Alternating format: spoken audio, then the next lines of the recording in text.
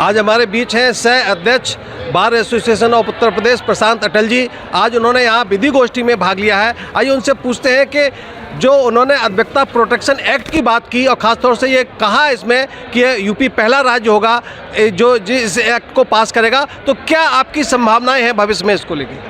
देखिए, advocate protection act पर high level committee से हम लोग की बातचीत हुई थी और उत्तर प्रदेश सरकार इसके लिए कतई सहमत है और एडवोकेट प्रोटेक्शन एक्ट का ड्राफ्ट हम लोगों ने ड्राफ्ट करके लॉ कमीशन को भेज दिया है, जो आवश्यक कार्रवाइयाँ करेगा और उसके बाद ये एडवोकेट प्रोटेक्शन एक्ट लागू होगा। इसमें न तो माननीय मुख्यमंत्री जी को कोई दिक्कत है और न किसी और को दिक्कत है। सर, आपने अधिवक्ताओं के कल्याण की बहुत सारी घोषणाएं की और बहुत सारे कल्याण के कार्यों के लिए आप प्रयासरत भी हैं। कौन कौन से मुख्य काम ऐसे हैं जो पाइपलाइन में हैं और जिनको आप मूर्त रूप देना चाहेंगे अपनी लड़ाई के दौरान? देखिए, ऑलरेडी उत्तर प्रदेश में हर एडवोकेट के डेथ पर 70 वर्ष की उम्र तक 5 लाख रुपए मिलता है उनके परिवार वालों को और एडवोकेट अधिवक्ता कल्याण निधि का राशि हमने 1.5 लाख से 25 नवंबर 2021 को उत्तर प्रदेश के मुख्यमंत्री जी के साथ उनकी घोषणा पर उसको 5 लाख रुपए कर दिया है और नए वकीलों को 5,000 रुपये किताब कापी स्टेशनरी के लिए भी दिया जाता है। इसके अलावा अधिवक्ताओं के लिए एक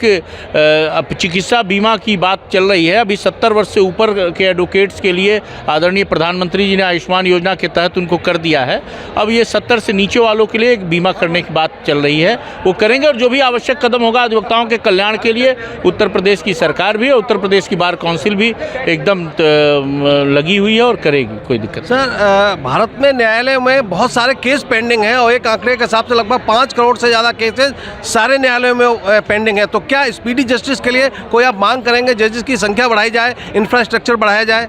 इंफ्रास्ट्रक्चर लगातार बढ़ भी रहे हैं। देखिए, आप प्रयागराज चले जाइए, 608 करोड़ रुपए का चैम्बर बना हुआ है वकीलों का और 10 नए अदालतें बनी हैं हापुड़ में, यहीं हाथरस में, अमेठी में, ऐसी तमाम जगह जहां न्यायालय नहीं थे वहां इंटीग्रेटेड कैंपस बनाने की बात की है। और जहां तक पेंडेंसी की बात है, उसके पीछे इस देश की बड़ी पॉपुलेशन है। आप किसी मेडिकल कॉलेज में जाइए, वहाँ भी भीड़ दिखाई देगा, तो संख्या भी है और इसको जल्दी स्पीडी जस्टिस के लिए कानून में भी ऐसे सुधार किए जा रहे हैं कि अनावश्यक एडजमेंट न हो। अब हड़तालें भी कम हो रही हैं और वकील भी और जजेस भी दोनों इस दिशा में कदम उठाएंगे, मुझे पूरा विश्वास है कि ताकि ये पेंडेंसी ऑफ केसेस ख़त्म हो।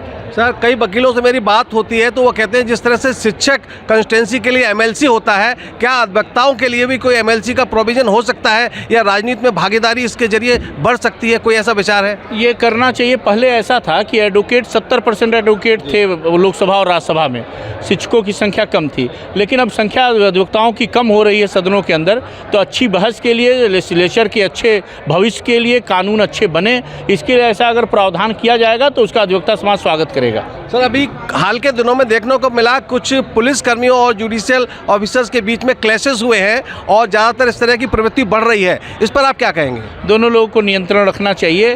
क्लैशेस कोई रास्ता नहीं है। कानून सम्मत सबको, न वकील को कानून अपने हाथ पे लेना चाहिए, न पुलिस को कानून का दुरुपयोग करना चाहिए और पुलिस को विशेष तौर पे संयम रखना चाहिए।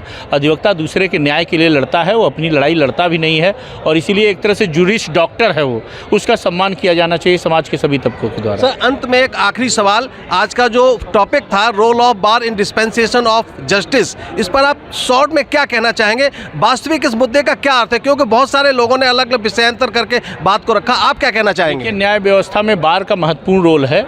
बार न्याय को डेवलप, देखिए कानून की भाषा बहुत टफ है, उसको सरल रूप से मौकिल को बताना, समाज में बताना और न्यायालय को कानूनी ढंग से बताना, तो एक तरह से वो एक कड़ी का काम करता है और बार की सबसे ज़्यादा भूमिका है। अगर न्याय मिला है समाज को तो बार की बदौलत मिला है और इसलिए आप देखिए कि और सबसे खूबसूरती इस प्रोफेशन की ये है कि कोई आदमी आपको नहीं मिलेगा जो पैसा नहीं हो और इसलिए कचहरी से लौट जाए। मान लिया किसी के बड़े वकील नहीं कर पाएंगे तो छोटे वकील करेंगे, तो ये बहुत अच्छी बात है और न्याय प्रणाली की व्यवस्था के लिए बार का योगदान सबसे ज़्यादा है और इवन न्यायपालिका में जजेस से भी ज़्यादा बार का योगदान है।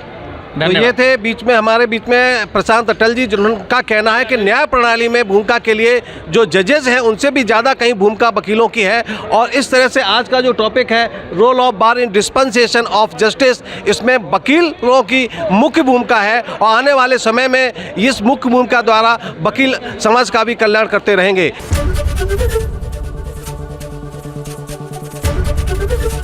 एबीपी गंगा, खबर आपकी, जुबान आपकी।